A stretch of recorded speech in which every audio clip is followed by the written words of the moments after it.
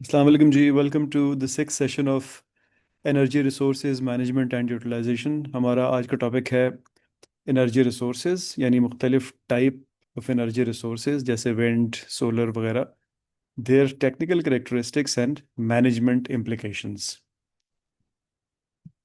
सबसे पहले हमें ये समझना है कि ये इम्पोर्टेंट क्यों है। Why energy resources matter. क्योंकि जो आप रिसोर्स सेलेक्ट करेंगे, यानी आप बिजली बनाएंगे अगर कोल से या डीजल से या पेट्रोल से या विंड से वगैरह वगैरह, तो उससे उनके पैसे फ़र्क फ़र्क होंगे। यानी जितने में आप ख़रीदेंगे, लगाएंगे, उसको ऑपरेट करेंगे, सारी ज़िंदगी उससे बिजली लेंगे, उनमें से कुछ जो हैं वो हर वक्त आपको बिजली दे रहे होंगे, कुछ किसी वक्त दे रहे होंगे, किसी वक्त नहीं दे रहे होंगे। जैसे सोलर दिन में देता देता होगा, विंड जो है वो उस वक्त देता होगा जब हवा चलती है। लेकिन हाइड्रो है, यानी डैम से बनने वाली बिजली, वो ज़्यादा रिलायबल होगी। और इसी तरह अगर आप फ्यूल से बनाएंगे और कोल से बनाएंगे, फॉसिल फ्यूल से, तो वो टोटली आपके हाथ में होगी, जब मर्जी बना लें। और इसमें आपको हर एक के पॉलिसी कंस्ट्रेंट्स भी अलग होंगे। जैसे गवर्नमेंट कभी कभी सोलर को इंसेंटिवाइज करती है, कभी नहीं करती है, एंड सो ऑन। तो इम्पॉर्टेंट है कि हम समझें कि हम कौन सा एनर्जी रिसोर्स इस्तेमाल करेंगे, ताकि हम अपने आप को लॉन्ग टर्म में, अपने बिजनेस को सस्टेनेबल और प्रॉफिटेबल बना सकें। इसमें कॉस्ट स्ट्रक्चर वेरिएबिलिटी होती है। चार चीज़ें हम देख लेते हैं। यानी कुछ ऐसे सोर्सेज होते हैं एनर्जी के जो शुरू में उनमें बहुत ज़्यादा पैसे लगते हैं, जैसे विंड टर्बाइंस। जिनमें कम पैसे लगते हैं वो फ्यूल डिपेंडेंट होते हैं, यानी फॉसिल फ्यूल में उनमें डालना पड़ता है। तो जाहिर है फिर उससे मुख्तलिफ आपको एक प्रोफाइल मिलती है फाइनेंशियल। आपको पहले ज़्यादा पैसे लगाने पड़ेंगे अगर आप विंड पे जाएंगे। इसी तरह ग्रिड स्टेबिलिटी को कैसे वो इम्पैक्ट करती है। कुछ ऐसे रिसोर्सेज होते हैं जो डिस्पैचेबल होते हैं, यानी वो आप जब इस्तेमाल नहीं करते तो आप किसी और को दे सकते हैं, या आपके पास भी हर वक्त अवेलेबल होते हैं, या आप भी यूटिलिटी को 24 घंटे बेच सकते हैं, वो आप पे रिलाई कर सकता है। कुछ ऐसे होते हैं जो कि ऐसा नहीं है, जैसे विंड ऐसा नहीं है, जैसे सोलर ऐसा नहीं है, एंड सो ऑन। तो इसी हिसाब,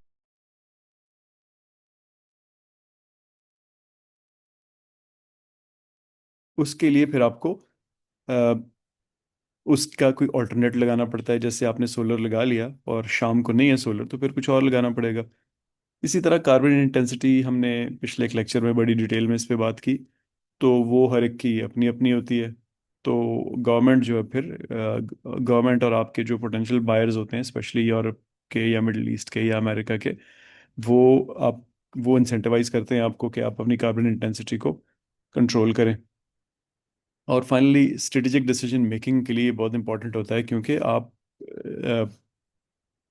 अप फ्रंट ज़्यादा पैसे कमिट कर सकते हैं कि नहीं। आप ये अफोर्ड कर सकते हैं कि आपका कार्बन फुटप्रिंट ज़्यादा है कि नहीं। तो ये सब चीज़ें देखने के लिए आप ज़रूरी है कि समझें कि कौन सा रिसोर्स इंपॉर्टेंट है और कौन सा आपके फ्यूचर के हिसाब से। एक एक करके हम देखते हैं फ्यूल्स को। सबसे पहले फॉसिल फ्यूल, जैसे कि कोल, जैसे कि मुख्तलिफ किस्म के फॉसिल ऑयल्स और नेचुरल गैस। ये रिलायबल होते हैं और डिस्पैचेबल होते हैं। यानी ये आपको जब मर्जी प्लांट ऑन कर लिया, जब मर्जी उससे बिजली बना ली, और आप अपनी डिमांड को मीट कर सकते हैं। इसी तरह से बना के आप हर वक्त बेच भी सकते हैं, आपसे कोई हर वक्त खरीद भी सकता है। यानी आपका खरीदने वाला भी, उसको भी पता है कि मैं 24 घंटे इस पर रिलाई कर सकता हूँ। इनमें फ्यूल प्राइस वोलेटिलिटी जो है वो बहुत होती है, क्योंकि आपने देखा होगा, आपका भी जब बिजली का बिल आता है तो उसमें मंथली और क्वार्टरली और बहुत सारी फ्यूल प्राइस एडजस्टमेंट वगैरह है, जिसके बारे में हमने एक पीछे लेक्चर में बात की थी। तो ये बड़े वोलेटाइल होते हैं। जैसे आजकल आप देखें, जो जो फ्यूल से बिजली बना रहे होंगे, वो आज से महीना पहले $60 पे बना रहे थे। आज पाकिस्तान चूंकि अरब लाइट खरीदता है या मरवान खरीदता है, तो वो 130, 40, 150 के करीब चल रहा है आजकल। WTI और ब्रेंट जो है वो 100 और 110 के अराउंड चल रहे हैं। तो बहुत वोलेटाइल होते हैं as a source of power production, fossil fuels. इसी तरह इनकी जो कार्बन इंटेंसिटी होती है वो बहुत हाई होती है। जैसा हमने पीछे, जब हम कार्बन इंटेंसिटी के लेक्चर पढ़ रहे थे, तो हमने देखा कि सबसे high carbon intensity fossil fuels की होती है। इनमें भी सबसे हाई कोल की होती है, और फिर ऑयल की होती है, फिर नेचुरल गैस की होती है। और फाइनली ये इसमें आप इंपोर्ट डिपेंडेंट होते हैं। ज़्यादातर दुनिया के मुल्क वो बाहर से ये वाले फ्यूल्स खरीदते हैं। चंद ही मुल्क हैं जो टोटली अपने ही फ्यूल पे रिलाई करते हैं। तो जब जियो पॉलिटिकल रिस्क आते हैं, जैसे अभी ईरान की वॉर हो रही है, तो एकदम प्राइसेस बढ़ गई हैं, सप्लाई चेन्स डिसरप्ट हो गई हैं। तो आप देख रहे हैं कि बहुत सारे मुल्क हैं, जैसे इंडिया है, जैसे साउथ ईस्ट एशिया के कुछ मुल्क हैं, वहाँ पे अब गैस अवेलेबल नहीं है, तो वहाँ पे रेस्टोरेंट्स बंद हो रहे हैं, बहुत कुछ हो रहा है। तो ये वाले फ्यूल्स जो होते हैं, इनकी ये कंसिडरेशंस हैं जब आप इन फ्यूल्स के प्लांट्स लगाते हैं। नेक्स्ट हम देखते हैं हाइड्रो को, यानी जो डैम्स में बिजली बनती है। ये लो कॉस्ट होती है, यानी ऑपरेटिंग कॉस्ट इसकी कम होती है, क्योंकि पानी ने बहना है और आपके टरबाइन चलाने हैं। लेकिन इसके अंदर सीजनल वेरिएबिलिटी होती है, यानी जब ज़्यादा पानी होता है तो ज़्यादा आप बिजली बना सकते हैं, जब पानी कम होता है तो बिजली ज़ाहिर कम बना सकते हैं। इसकी एक प्रॉब्लम ये है कि इसकी अपफ्रंट इन्वेस्टमेंट बहुत ज़्यादा होती है, यानी डैम बनाने में आपको याद होगा जब हमारे पाकिस्तान में एक चीफ जस्टिस साहब ने एक फंड बनाया था एक डैम बनाने के लिए। तो आज काफ़ी टाइम हो गया उसको, तकरीबन 10 साल से ज़्यादा हो गए। तो उस वक्त हमें पता चला कि तकरीबन 16 से 18 बिलियन डॉलर उस डैम की कॉस्ट पड़ेगी। तो वो डैम अभी भी बन रहा है, आप देख रहे हैं, लेकिन हर साल उसको एलोकेशन होती है थोड़ी थोड़ी, और प्रॉब्लली अभी भी उसको बनने में कई साल लगेंगे। तो इसकी करेक्टरिस्टिक्स क्या हैं? सबसे पहले ये बेस लोड इलेक्ट्रिसिटी देता है पूरे मुल्क को, यानी एक स्टेबल और प्रेडिक्टेबल जनरेशन है। हमें पता है कि गर्मियों में 4 6 8 10 महीने तक पानी फ्लो करता रहेगा, और हम इससे बिजली बनाते रहेंगे। तो हम विद श्योरिटी सबको बता सकते हैं कि बिजली मिलती रहेगी। ग्रिड की फ्लेक्सिबिलिटी होती है इसमें, जब आप की जरूरत ग्रिड को ज़रूरत नहीं है बिजली बनाने की, तो आप क्या करते हैं कि आप अपने डैम से पानी पंप करके किसी पहाड़ पे ले जाते हैं, वहाँ झील बनाई होती है आपने। वो बिजली भी इस्तेमाल हो जाती है जो आप बना रहे हैं, क्योंकि उससे पंपिंग होती है, और वो पानी भी ऊपर चला जाता है। पानी ऊपर जाता है, इसका मतलब है कि उस पानी को वापस नीचे फेंक के आप कभी कभी भी दोबारा बिजली बना सकते हैं। सीजनल कंस्ट्रेंट्स होती हैं, जैसा कि अभी हमने बात की कि गर्मियों में ज़्यादा पानी होता है तो ज़्यादा बिजली बना सकते हैं, सर्दियों में कम होता है या कभी कभी नहीं भी होता है। और कैपिटल रिक्वायरमेंट्स इसकी बहुत ज़्यादा होती हैं। नेक्स्ट है जी सोलर। सोलर जिसकी ऑब्वियसली फ्यूल कॉस्ट कोई भी नहीं है, लेकिन ये सिर्फ दिन में बिजली बनाता है जब तक धूप होती है। तो सोलर की आपने देखा इवन पाकिस्तान में भी जो एक्टिव इस वक्त लोग इस्तेमाल कर रहे हैं, एवरेज 5 6 7 हज़ार मेगावाट रोज़ इस्तेमाल हो रही है। और जो कैपेसिटी है जो लोगों ने लगा ली है मुख्तलिफ जगहों पे, वो 20 हज़ार से भी ज़्यादा है। यानी पाकिस्तान की टोटल कैपेसिटी जितनी थी इस सोलर का बूम आने से पहले, उससे आधी नई कैपेसिटी आ गई है। तो एक बड़ी क्विक रैपिड ग्रोथ हो रही है इसमें। और इसमें चूंकि जो पैनल्स हैं उनकी कॉस्ट भी कम आ रही है, कम होती जा रही है वक्त के साथ साथ, और एफिशिएंसी भी थोड़ी थोड़ी इम्प्रूव हो रही है। यानी आज से 10 12 साल पहले ये 15 से 20 के दरमियान रहती थी, अब ये 25 के अराउंड और उससे थोड़ा सा ऊपर है। फ्यूल कॉस्ट ऑब्वियसली कोई भी नहीं है, और ऑपरेटिंग एमिशंस भी कोई भी नहीं है। जब एक बार आपने छत पे लगा लिया तो कोई उसकी कार्बन फुटप्रिंट नहीं है। बनने में उसके लगता है, ऑब्वियसली डिस्पोजल में भी कार्बन फुटप्रिंट होता है। इसकी जनरेशन पाकिस्तान में तो बहुत इंटरमिटेंट नहीं है, क्योंकि हमारे पास धूप जो है वो सारा साल अवेलेबल रहती है। लेकिन जनरली दुनिया में इंटरमिटेंट जनरेशन स्पेशली यूरोप वगैरह में होती है, जहाँ पे धूप का टाइम कम होता है। डे टाइम पीकिंग इसमें होती है। डे टाइम पीकिंग का मतलब है कि हमें पाकिस्तान में फॉर एग्जांपल बिजली गर्मी दिन में होती है, हमें दिन में एयर कंडीशनिंग चाहिए होती है, तो उसी वक्त धूप भी होती है, हम बिजली बना सकते हैं। और इसकी अच्छी बात यह है कि ये डिस्ट्रीब्यूटेड डिप्लॉयमेंट बड़ी इजीली हो सकती है। आप अपनी छत पे लगाएं और उधर ही बिजली इस्तेमाल करें, कोई अपनी फैक्ट्री के बाहर लगा ले उधर ही बिजली इस्तेमाल करे। तो इसमें क्या होता है कि फिर आपको ग्रिड की ज़रूरत नहीं होती, ट्रांसमिशन की ज़रूरत नहीं होती है। विंड को देखें तो विंड की अपफ्रंट कॉस्ट बहुत ज़्यादा है, ऑपरेटिंग कॉस्ट बहुत कम है, लेकिन ये भी वेदर डिपेंडेंट है।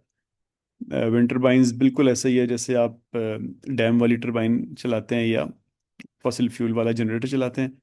वहाँ पे डैम वाली टरबाइन को पानी घुमा रहा होता है, फॉसिल फ्यूल में डीजल इंजन घुमा रहा होता है, और यहाँ पे हवा घुमा रही होती है।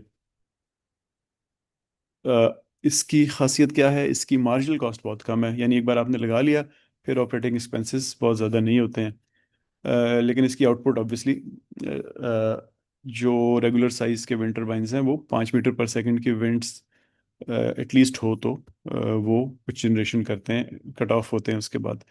अ, इसकी कैपेसिटी फैक्टर काफ़ी कम होता है। कैपेसिटी फैक्टर हम देखेंगे थोड़ी देर में सबका कितना कितना होता है, लेकिन जनरल बात यह है कि जो नेम टैग पे जो लिखा होता है इसके कि ये इतने किलोवाट का है, तो वो बेस्ट ऑपरेटिंग कंडीशंस के लिए लिखा होता है, यानी आइडियल हवा मिलेगी तो ये इतना देगा, तो इसकी उस हिसाब से कैपेसिटी फैक्टर बड़ा कम होता है क्योंकि हमें आइडियल विंड मिलती ही नहीं है। और आखिर में इसमें स्टोरेज इंटीग्रेशन की ज़रूरत होती है। नॉर्मली लोग इसके साथ सप्लाई को रिलायबल बनाने के लिए, डिस्पैचेबल बनाने के लिए बैटरीज भी लगाते हैं, तो जिसका मतलब है कि इसकी कॉस्ट और बढ़ जाती है।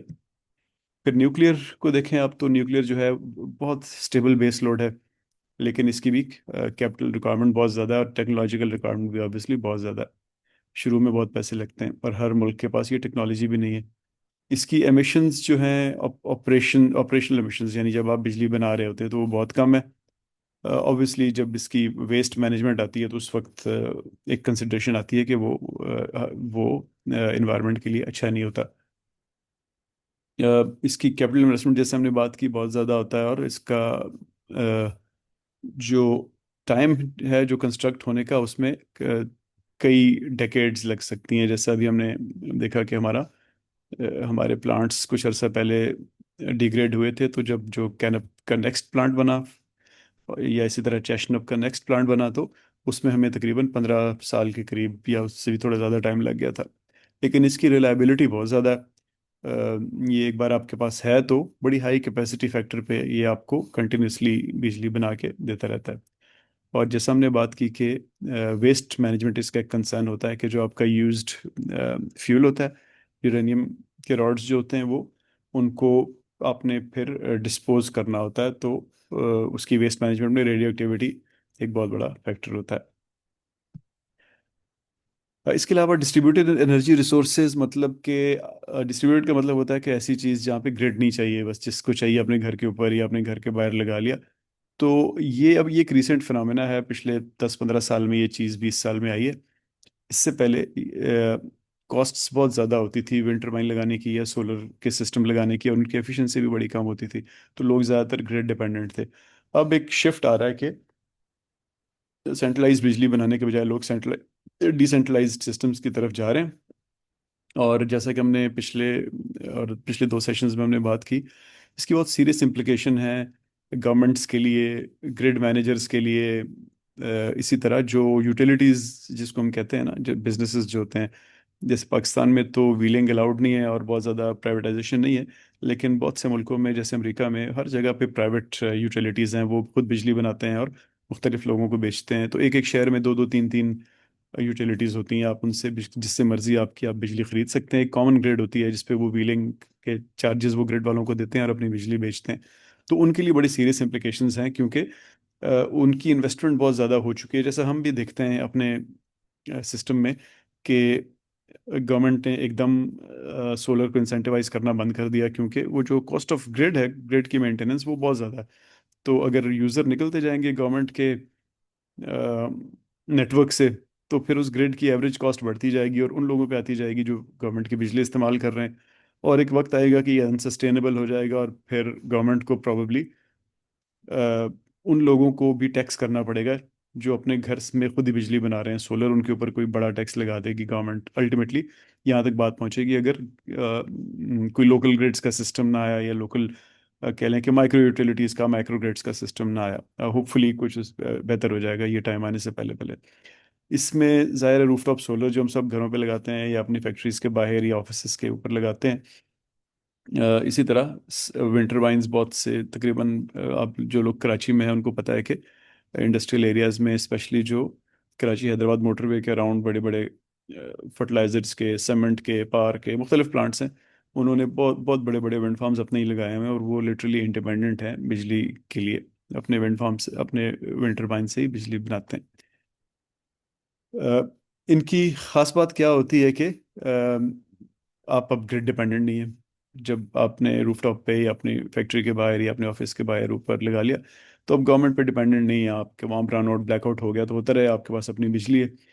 इसी तरह इसमें लॉसेस बहुत कम होते हैं क्योंकि आप ग्रिड से नहीं गुजर रहे होते, पुरानी बिजली की तारों की कॉस्ट आपको नहीं देनी पड़ती, चोरी की कॉस्ट आपको नहीं देनी पड़ती, वगैरह वगैरह। तो चूंकि डिस्टेंसेस कम है ट्रांसमिशन के, घर में तो तकरीबन ना होने के बराबर है, लेकिन फैक्ट्रीज में भी ज़्यादा से ज़्यादा 400 500 600 मीटर या 1 किलोमीटर के अंदर अंदर सारा फॉर्म होता है। तो एफिशिएंसी काफ़ी ज़्यादा होती है उसकी। अ, और लेकिन आखिर में ये है कि आपके जो प्राइसिंग मॉडल्स होते हैं, जो ट्रेडिशनल मॉडल्स हैं, वो फिर उनको आपको इसको अडॉप्ट करना पड़ता है। जैसे पीछे हमने एक बात, पिछले एक लेक्चर में हमने अपने बिल्स वगैरह का एनालिसिस करते हुए ये बात कही थी कि आपका एक कॉन्ट्रैक्ट होता है गवर्नमेंट के साथ, स्पेशली इंडस्ट्री का कॉन्ट्रैक्ट होता है। जब वो शुरू में लगते हैं तो आपको जो मीटर देते हैं उसमें आप एक अपना मिनिमम लोड डिफाइन करते हैं, फिर उस हिसाब से वो अपने लोकल ग्रिड स्टेशंस पे आपके लिए इक्विपमेंट लगाते हैं। अब आप एक बार आप उन्होंने आपके लिए इक्विपमेंट लगा लिया और कॉन्ट्रैक्ट ये है कि 20 साल में ये कॉस्ट ऑफ होगा, तो वो अब 10 साल बाद आप कहें नहीं मैंने अपना विंड लगा लिया, अपना सोलर लगा लिया, तो गवर्नमेंट आपको जाहिर है कहेगी कि ठीक है लगा लिया, फिर मुझे उसके पैसे दे दो जो मैंने तुम्हारे लिए इन्वेस्टमेंट की थी। तो वो चीज़ें फिर सेटल करनी पड़ती हैं। तो इनको आप कंपेयर करें अगर, तो कुछ कुछ कह लें कि बेसिस हैं जिन बेसिस पे आपको इसको कंपेयर करना पड़ता है। ये यहाँ पे 5 बेसिस लिखे हुए हैं। पहला है कॉस्ट स्ट्रक्चर। ये पहले ज़्यादा पैसे देने हैं या ऑपरेशंस में ज़्यादा पैसे होंगे। फिर रिलायबिलिटी यानी डिस्पैचेबल है या नहीं, सिर्फ सुबह या शाम को होती है, सिर्फ धूप में होती है, सिर्फ हवा में होती है। फिर इसका इन्वायरमेंटल इम्पैक्ट, कि उसका कार्बन फुटप्रिंट कितना है, कार्बन इंटेंसिटी कितनी है। फिर स्केलेबिलिटी, कि आप इसका इसको कितनी जल्दी बड़ा वॉल्यूम बिजली का इससे बना सकते हैं। अभी फर्ज करें आपके पास 5 मेगावाट है, तो क्या कल को आपको 1 महीने के अंदर अंदर 20 मेगावाट चाहिए, तो क्या आप कर सकते हैं? तो वो ऑब्वियसली कुछ कुछ चीज़ों में कर सकेंगे, कुछ में नहीं कर सकेंगे। जैसे गवर्नमेंट से आप अगर खरीद रहे हैं ग्रिड से बिजली, तो वो स्केलेबल है, जब मर्जी ज़्यादा खरीद लें, पैसे ज़्यादा देने पड़ेंगे। लेकिन अगर आपने विंटर टरबाइन लगाया हुआ है तो ज़ाहिर है वो स्केलेबल नहीं है, वो नया लगाते लगाते और वो खरीदते खरीदते आपको टाइम भी लग जाएगा और बहुत कैपिटल इंटेंसिव भी होगा। और आखिर में सिस्टम आर्किटेक्चर, के जो आपका सिस्टम है वो ग्रिड डिपेंडेंट है या आपकी अपनी माइक्रो ग्रिड है या आप गवर्नमेंट की ग्रिड पे डिपेंडेंट है, फिर उसके अपने चैलेंजेस आना शुरू हो जाएंगे। तो ये एक कंपैरिजन है मुख्तलिफ एनर्जी सोर्सेज का। जैसे फॉर एग्जांपल हम ले लेते हैं कोल को ना, तो देखें तो इसका कैपेसिटी फैक्टर सबसे ज़्यादा है, सिर्फ न्यूक्लियर का इससे ज़्यादा है। कैपेसिटी फैक्टर का मतलब है कि अगर कोयले में 100 यूनिट ऑफ एनर्जी है, तो उसमें से 80 आप निकाल सकते हैं। ये ज़ाहिर है हाई क्वालिटी के कोयले की बात हो रही है। हमारे पास जो थर कोल है वो उसका कैपेसिटी फैक्टर बड़ा कम है, वो 30 और 40 के दरमियान है। डिस्पैचेबिलिटी ज़ाहिर है इसकी बहुत हाई है, क्योंकि आप एक पावर प्लांट होगा कोल का, जब मर्जी उसमें बिजली बना लें, जब मर्जी ग्रिड को दे दें, अपने किसी और व्हीलिंग करके अपने किसी और प्लांट पे ले जाएं। इसकी कार्बन इंटेंसिटी बहुत ज़्यादा होती है, इनफैक्ट इसकी कार्बन इंटेंसिटी सबसे ज़्यादा होती है।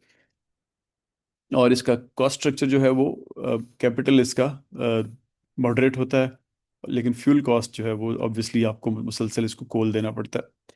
जो नेचुरल गैस है वो उसका कैपेसिटी फैक्टर इसका भी बहुत अच्छा है, थोड़ा सा कम है कोल से। डिस्पैचेबिलिटी हाई है, कार्बन इंटेंसिटी कोल से भी कम है, और फॉसिल फ्यूल से, बाकी फॉसिल फ्यूल से भी कम है। और इसके लिए आपको कैपिटल भी मॉडरेट चाहिए शुरू में, और इसकी फ्यूल कॉस्ट भी गैस की कम होती है, कोल से भी कम होती है, और फॉसिल फ्यूल से भी कम होती है। आप ऑयल्स को देख लें, हाइड्रोकार्बन्स को देखें, तो इनकी कैपेसिटी फैक्टर बहुत कम होती है गैस और कोल से मुकाबला करें तो। कुछ की 30% होती है और जो हाईएस्ट है वो 60 के करीब है। डिस्पैचेबिलिटी अगेन ज़्यादा है, कार्बन इंटेंसिटी ज़्यादा है। जो कॉस्ट स्ट्रक्चर है उसका कैपिटल शुरू में बहुत कम चाहिए, आपको जनरेटर लिया और बिजली बनानी शुरू कर दी, लेकिन उसकी फ्यूल कॉस्ट फिर ज़्यादा होती है। इसी तरह आप बाकी सबको देखें तो हाइड्रो पावर की स्ट्रेंथ क्या है कि इसका डिस्पैचेबिलिटी भी ठीक है, कार्बन इंटेंसिटी बहुत कम है, लेकिन कैपिटल कॉस्ट बहुत ज़्यादा है, शुरू में बहुत ज़्यादा पैसे देने पड़ते हैं, और ऑपरेटिंग कॉस्ट बहुत कम है। विंड, सोलर, इन दोनों की कैपेसिटी फैक्टर बहुत कम होती है। यानी पोटेंशियल से बहुत कम बनाते हैं ये, मुख्तलिफ रीजंस जो हमने डिस्कस किए उसकी वजह से। डिस्पैचेबिलिटी भी इनकी लो होती है क्योंकि ये हर वक्त बिजली नहीं बना रहे होते। विंड वाला बिजली हवा के साथ बना रहा होता है, सोलर वाला धूप के साथ। इसी तरह लेकिन अच्छी बात ये होती है कि इनकी कार्बन इंटेंसिटी बहुत कम है। और ये जो दोनों कार्बन इंटेंसिटीज लिखी हुई है विंड की और सोलर की, ये ऑब्वियसली ऑपरेशंस में नहीं होती, ये इनकी मैन्युफैक्चरिंग में और डिस्पोजल में होती है। और कैपिटल कॉस्ट दोनों की बहुत हाई है और फ्यूल कॉस्ट कुछ भी नहीं है। और फाइनली न्यूक्लियर, इसकी कैपेसिटी फैक्टर सबसे ज़्यादा है। यानी जितना एक केजी ऑफ यूरेनियम आपको बिजली दे सकता है पोटेंशियली, उसका 95% तक वो एक्चुअली दे भी देता है। डिस्पैचेबिलिटी हाई है क्योंकि ये किसी हर वक्त चलता रहता है प्लांट, और आपको भी बिजली दे सकता है, खुद को भी, ग्रिड को भी। कार्बन इंटेंसिटी अगेन इसकी बहुत कम है, और जो है वो इंस्टॉलेशंस वगैरह की और डिस्पोजल्स की है। इसकी जो कैपिटल स्ट्रक्चर है शुरू में बहुत ज़्यादा, सबसे ज़्यादा पैसे देने पड़ते हैं, और फ्यूल कॉस्ट बहुत कम होती है।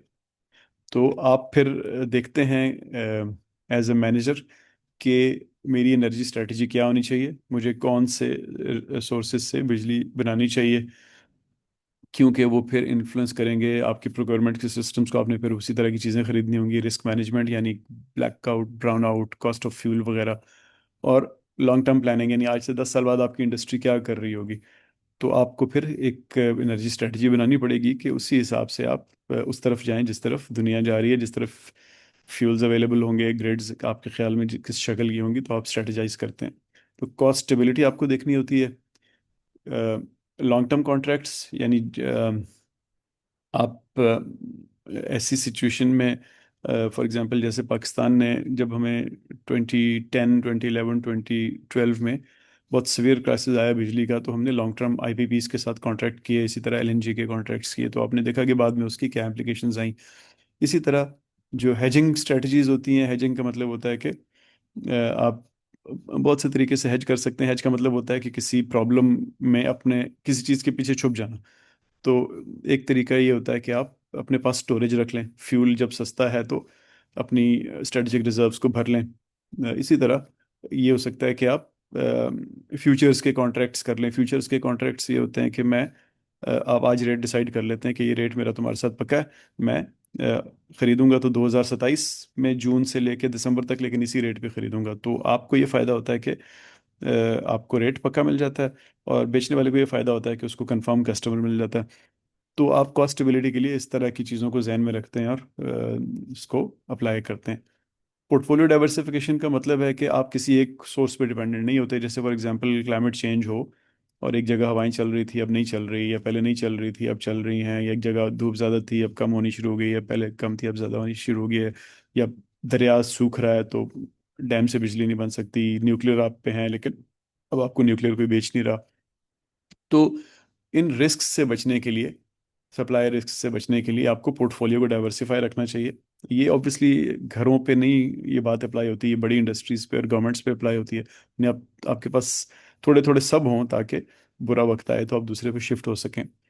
इसी तरह आपने देखना होता है कि आप स्टोरेज इंटीग्रेशन साथ रखें या ना रखें। अगर रखेंगे तो आपकी रिलायबिलिटी बढ़ जाएगी। यानी अगर कोई एक कोई यूटिलिटी ब्राउन आउट या ब्लैकआउट होती है, या कोई सोर्स ख़राब होता है, तो आपके पास स्टोर्ड एनर्जी मौजूद है, आप उसको इस्तेमाल कर सकते हैं। स्टोरेज एनर्जी जैसे हमने बात की, आगे हम मज़ीद बात करेंगे लेक्चर्स में, बैटरीज की शक्ल में हो सकती है। जैसा मैंने कहा कि डैम्स जो हैं वो पहाड़ के ऊपर किसी नदी, किसी झील पे पानी ले जाते हैं, वहाँ से नीचे ले आते हैं। तो इस तरह एनर्जी स्टोरेज के बहुत सारे तरीके होते हैं। और फाइनली रेगुलेटरी फ्रेमवर्क के, गवर्नमेंट जो है वो कभी किसी चीज़ को इंसेंटिवाइज करती है, कभी किसी को नहीं करती। जिसको नहीं कर रही होती उसकी कॉस्ट बहुत बढ़ जाती है। जैसे मैंने थोड़ी देर पहले आपको बताया कि हो सकता है कि ऐसा वक्त आ जाए कि गवर्नमेंट जो है वो सोलर को बिल्कुल डी इंसेंटिवाइज कर दे, अगर बहुत ज़्यादा लोग सोलर पे चले गए और ग्रिड की कॉस्ट बेयर करने के लिए कोई भी ना बचा। तो रेगुलेटरी फ्रेमवर्क को भी जहन में रखना चाहिए क्योंकि वो शेप करते हैं कि आपको फ्यूचर में किसी और मद में कितने पैसे देने पड़ेंगे, पॉलिसी क्या होगी। इसी तरह कार्बन प्राइसिंग जो है वो रेगुलेटरी फ्रेमवर्क का पार्ट है। गवर्नमेंट भी लेके आती है और आपके बायर्स भी लेके आते हैं पॉलिसीज जिनको आपको कंप्लाई करना होता है। तो की टेकअवेज हमारे आज के क्या हैं जी, के एनर्जी रिसोर्सेज जो हैं मुख्तलिफ, उनके कॉस्ट मुख्तलिफ होती है, और कॉस्ट में ऑपरेशनल कॉस्ट होती है और इनिशियल कॉस्ट होती है। रिलायबिलिटी मुख्तलिफ होती है, यानी कुछ ऐसे हैं जो दिन में है, कुछ शाम में है, कुछ हर वक्त अवेलेबल हैं। और इन्वायरमेंटल इम्पैक्ट मुख्तलिफ होते हैं। तो आपको समझना बहुत ज़रूरी है हर एनर्जी सोर्स के इन सारी चीज़ों को, ताकि आपकी एक अच्छी एनर्जी स्ट्रेटजी बन सके और आप बैलेंस कर सकें इन सब चीज़ों में, ताकि आप सप्लाई रिस्क से भी बचें, और स्ट्रेटेजिकली आपको हर वक्त भी इतने पैसों में बिजली मिलती रहे जो कि आपके लिए it makes financial sense. Thank you जी। इंशाल्लाह इस पे नेक्स्ट वीक डिस्कशन करेंगे।